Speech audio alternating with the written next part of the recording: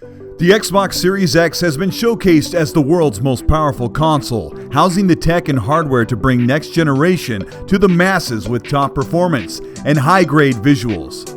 Everyone is wondering what the PS5 will deliver, with a strong emphasis on variable power, speeds, and cutting-edge asset streaming.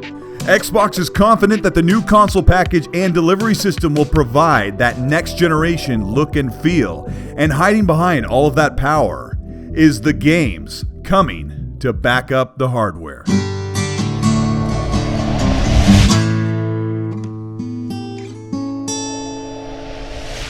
This is Colteastwood. Thank you so much for checking in. We are right in the middle of a ton of next generation news, reveals, and showcases, and I've compiled the latest information from Xbox on the new console and the games we'll be playing on the PS5 very soon.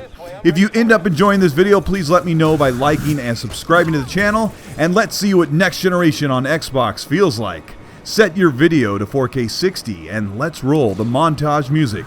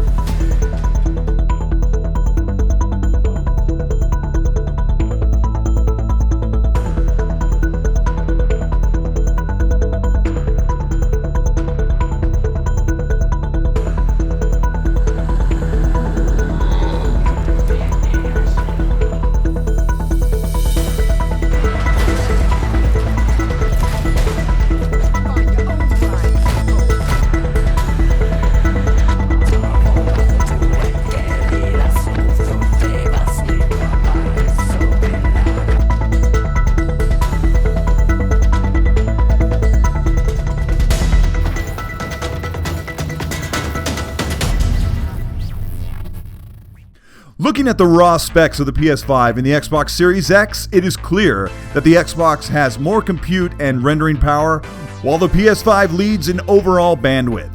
There is much more to the story, and Jason Ronald, the hardware lead for the Xbox Series X, reinforces that their new console is much more than raw power.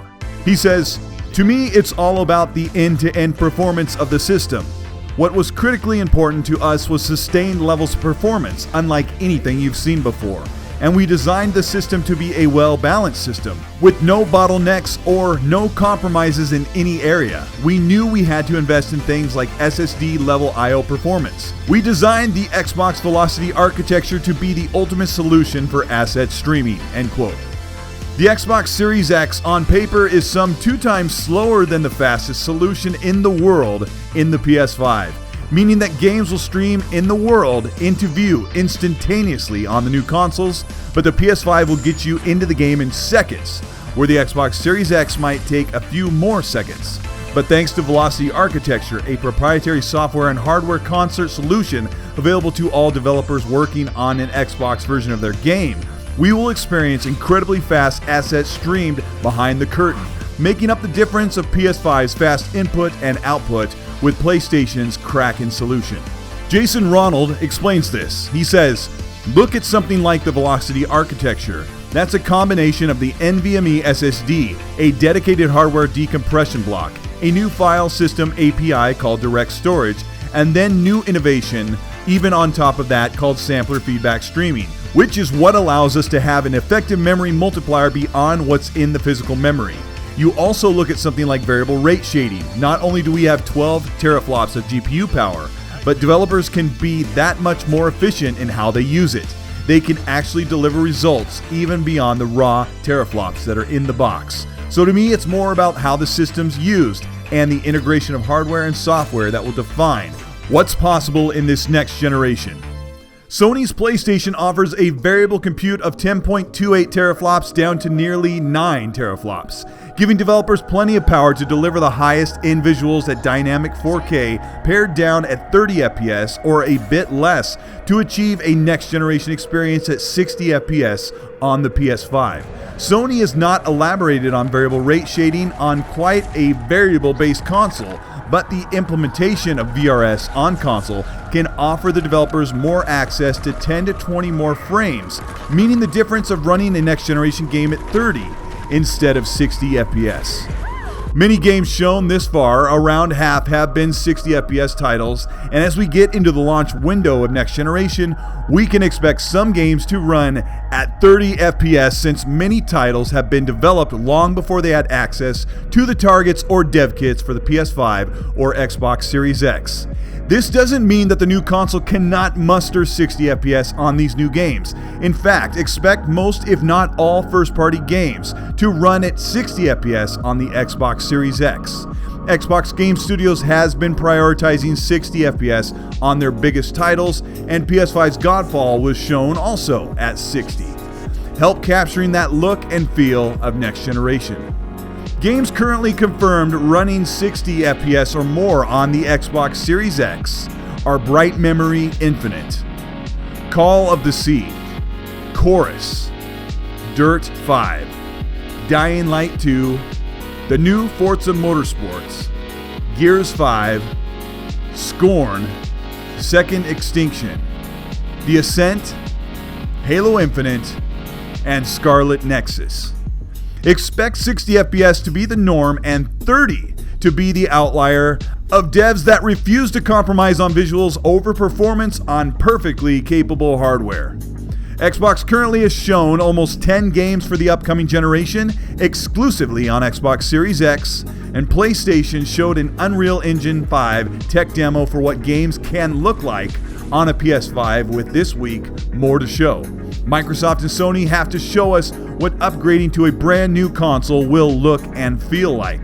It's critically important to showcase games big and small, and developers need to understand that surpassing the bounds of 30 FPS on brand new games will help bring the full experience of buying and playing on a next generation Xbox and PlayStation with access to the world's best games from all of our favorite developers.